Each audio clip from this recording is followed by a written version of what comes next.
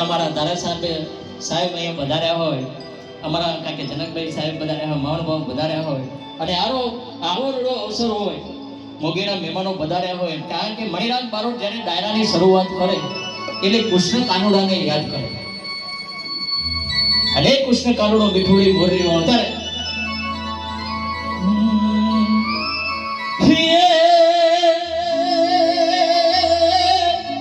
આ તો કાનુડા તારી મોરલી અન મારા ચિતડે